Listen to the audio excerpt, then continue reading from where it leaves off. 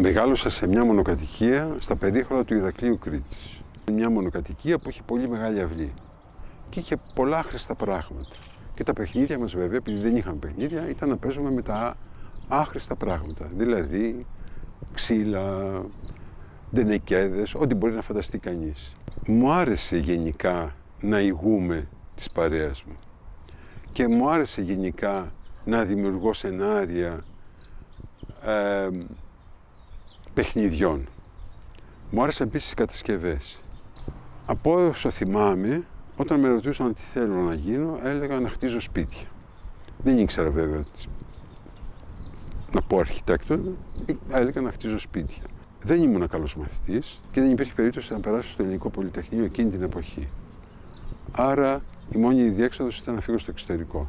Έφυγα στο εξωτερικό, σπούδασα αρχιτεκτονική, ήμουν πολύ καλός φοιτητής. Εργάστηκα, έκανα μεταπτυχιακά, άλλα μεταπτυχιακά. Γενικά δηλαδή μου άρεσαν οι σπουδές. Αποφάσισα να εργαζόμουν πολύ σκληρά σε διάφορα γραφεία στη Γαλλία και σε κάποια φάση αποφάσισα να γυρίσω στην Ελλάδα χωρίς να μετακομίσω όμως. Δεν απαρασύρωμαι από μεγάλες αποφάσεις, δηλαδή έρχονται από μόνο τους τα πράγματα. Γύρισα στην Ελλάδα και είπα ότι αν θα μ' αρέσει θα παραμείνω, αν δεν μ' αρέσει θα φύγω. Γύρισα και άργησα να ξαναφύγω στη Γαλλία, τα πράγματά μου όμως ήταν στη Γαλλία. Και ήρθαν σιγά σιγά, σταδιακά και κάπως έτσι εγκαταστάθηκα στην Ελλάδα. Αυτό που μπορώ να πω είναι ότι πάντα μου άρεσε να δημιουργώ το δικό μου περιβάλλον. Δηλαδή στο δωμάτιό μου, στη Θεσσαλονίκη, όταν μετακομίσαμε στη Θεσσαλονίκη, το κρεβάτι μου, το κομμωδίνο μου ήταν φτιαγμένο από μένα. Με ευτελή υλικά. Ακόμα και τούβλα έβρισκα στο δρόμο και τα μάζευα, αλλά δεν ήθελα. Ήθελα αυτό στο οποίο κατοικώ να είναι φτιαγμένο από τα χέρια μου.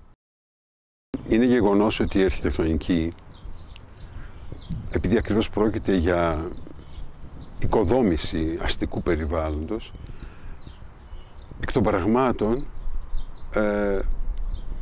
καταλαμβάνει ένα τμήμα γης, σε μεγάλο βαθμό το στεγανοποιεί.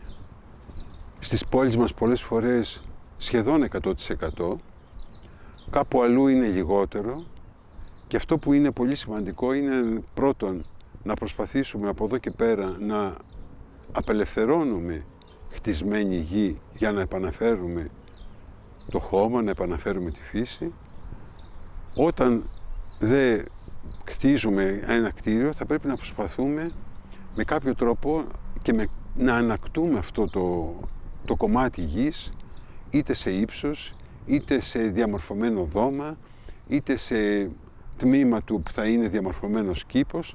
Πάντως θα πρέπει να σταματήσει αυτή η πυκνή δόμηση, αυτή η στεγανοποίηση της γης και όταν διαμορφώνουμε δημόσιο χώρο, επειδή ακριβώς εκεί έχουμε τέτοιου είδους δυνατότητες, να προσπαθούμε όσο γίνεται να μην πλακοστρώνουμε, να μην βάζουμε πλάκες, να αφήνουμε το χώμα, να αφήνουμε γενικά δηλαδή αυτό που θα έλεγα να αναπνεύσει το χώμα, να αναπνεύσει η γη, να επεξεργαστούμε δηλαδή αυτό το δέρμα της πόλης, γιατί είναι ένα δέρμα αυτό, να επεξεργαστούμε το δέρμα της πόλης και να καταφέρουμε να επαναφέρουμε την προηγούμενη κατάσταση με όλα τα ευεργετικά πλεονεκτήματα που μπορούμε να έχουμε, γιατί πραγματικά έτσι μπορούμε να ζήσουμε με καλύτερο τρόπο. Αποδείχθηκε ότι μετά από μία έρευνα που έγινε στο Σικάγο, ότι οι κατοικίες οι οποίες είχαν μεγάλο περιβάλλοντα χώρο, είχαν χώρους πρασίνους τριγύρω, είχαν λιγότερα προβλήματα ασφάλειας και εγκληματικότητας από ότι άλλες περιοχές οι οποίες ήταν πυκνοδομημένες, πυκνοχτισμένες, με λίγο πράσινο. Δεν είχα φανταστεί ότι το πράσινο μπορεί επίσης να αυξήσει την ασφάλεια, να μειώσει την εγκληματικότητα και να μας προσφέρει καλύτερους όρους ζωής, καλύτερο τρόπο ζωής, μεγαλύτερη ασφάλεια, συντροφικότητα, συλλογικότητα, δηλαδή ένα περιβάλλον το οποίο είναι επικοδομητικό και ένα περιβάλλον το οποίο μας κάνει να ζούμε καλύτερα. Χθες πήγα σε μια έκθεση πλακιδίων, κάπου προς στα Γέννητσα. Ό,τι ζούσα κατά τη διάρκεια που πήγαινα ήταν άσχημα κτίρια και ένα περιβάλλον που δεν μου έδινε κάποιο θετικό ερέθισμα. Επιστρέφοντας, είδα μια εικόνα και σταμάτησα. Κατέβηκα από το αυτοκίνητο, υπήρχε ένα τριγωνικό τμήμα, το οποίο ήταν ένα υπόλοιμα των διαμορφώσεων των δρόμων, που ένιωσα ότι βρίσκομαι στον παράδεισο. Η φύση είχε αφεθεί από μόνη της να δημιουργήσει και βέβαια αυτό που δημιούργησε ήταν εκπληκτικό. Αυτό το συναντάμε πολύ συχνά σε διάφορα μέρη, ακόμα και μέσα στην πόλη, που ο άνθρωπος δεν έχει πρόσβαση. Έχω συναντήσει ένα οικόπεδο 100 μέτρα από την πλατεία Βαρδαρίου, που δεν έχει χτιστεί ποτέ, το οποίο είχε χιλιάδες παπαρούνες. Ήταν ένα κόκκινο τοπίο. Η ιδιαιτερότητα αυτού του τμήματος γης ήταν ότι δεν υπήρχε πρόσβαση στον άνθρωπο μέσα και άρα το περιβάλλον είχε ανακτήσει τη δύναμή του και είχε γίνει αυτό το οποίο όταν μπορέσεις να το εκτιμήσεις οφείλεις να αρχίσεις και το κάνεις από μόνος σου, όχι μόνο οφείλεις να δίνεις μάχη για το περιβάλλον, για το πώς δηλαδή θα βελτιώσεις το περιβάλλον της πόλης, το οποίο σε πολύ μεγάλο ποσοστό είναι χτισμένο και άρα διαμορφωμένο από τον άνθρωπο. Εγώ ως αρχιτέκτον θεωρώ ότι είναι ένα χρέος μου, ότι είναι μια προσπάθεια που πρέπει να κάνω και πρέπει να ενισχύσω όσο γίνεται αυτή την επέμβαση του περιβάλλοντος, αυτή την εισβολή του περιβάλλοντος μέσα στην πόλη. Η εκπαίδευση είναι το βασικό. Εάν δεν υπάρχει εκπαίδευση, νομίζω ότι δεν θα καταφέρουμε τίποτα, γιατί εγώ που πιστεύω ότι δεν είχα την αναγκαία εκπαίδευση, χρειάστηκα πάρα πολλά χρόνια για να μπορέσω να φτάσω σε ένα σημείο όπου δεν θα πετάω το σκουπίδι κάτω, όπου δεν θα κάνω κάποια πράγματα που τα έκανα γιατί δεν τα έμαθα στο σπίτι, δεν τα έμαθα στο σχολείο. Είναι βέβαια και η θέληση του καθενός και η ευαισθησία που έχει σε σχέση με τον κόσμο στον οποίο ζούμε.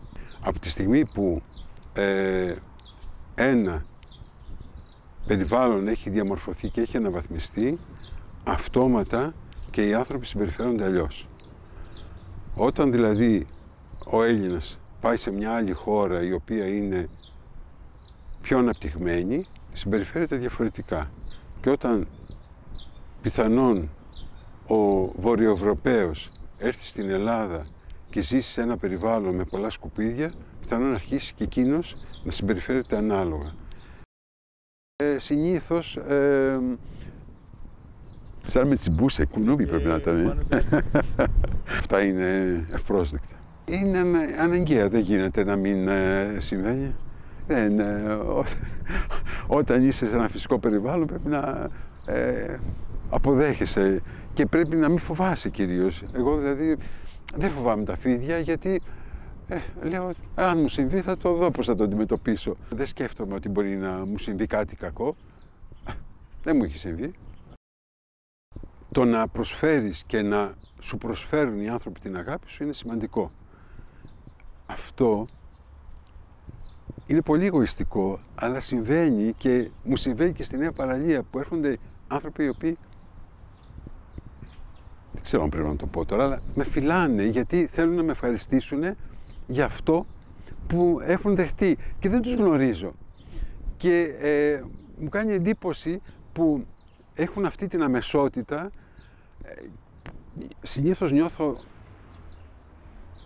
λίγο στριμωγμένα και λίγο περίεργα γιατί θεωρώ ότι μερικές φορές είναι υπερβολική αυτή η έκφραση αγάπης. Απ' την άλλη βέβαια όταν ο άλλος δεν έχει να πάρει κάτι από αυτό ή δεν έχει να κερδίσει κάτι, λες ότι μάλλον το νιώθει και αφού το νιώθει τόσο το καλύτερο. Δεν είναι βέβαια, δεν έχω ακούσει μόνο κολακευτικά, έχω ακούσει και, όχι βέβαια, τα μη κολακευτικά δεν τα ακούω απέναντι. Τα διαβάζω κυρίως. Όταν υπάρχουν, διαβάζω. Είναι ελάχιστα Σε κάποια φάση ήταν πολύ περισσότερο πριν ολοκληρωθεί το έργο. Μετά που ολοκληρώθηκε είναι ελάχιστα, αλλά υπάρχουν και αυτά. Υπάρχουν δηλαδή και τα αρνητικά. Αν μπορούσα να φωνάξω κάτι στον κόσμο, θα ήταν πάμε. Πάμε γιατί έχουμε δουλειά. Πρέπει να ενεργοποιηθούμε. Πρέπει να δραστηριοποιηθούμε. Πρέπει να προχωρήσουμε. Δεν μπορούμε να μένουμε στάσιμοι. Έχουμε πολλά να κάνουμε. Δεν θέλει... Τι γίνεται εδώ? Έχει διάφορους που έρχονται και φροντίζουν κάποια δέσποτα. Και πρέπει κατά πάσα πιθανότητα και τα βάζουν εδώ μέσα. Εδώ μέσα. Και κάνα δυο με γνωρίζουν και μου λένε πόσο καιρό ακόμα θα μπορούμε να τα βάζουμε. Δηλαδή, νιώθουν, παιδί μου, ότι πιθανόν να τους γίνει έξωση και ότι τα δέσποτα θα μείνουν αδέσποτα. Παρότι τώρα λίγο τα φροντίζουν.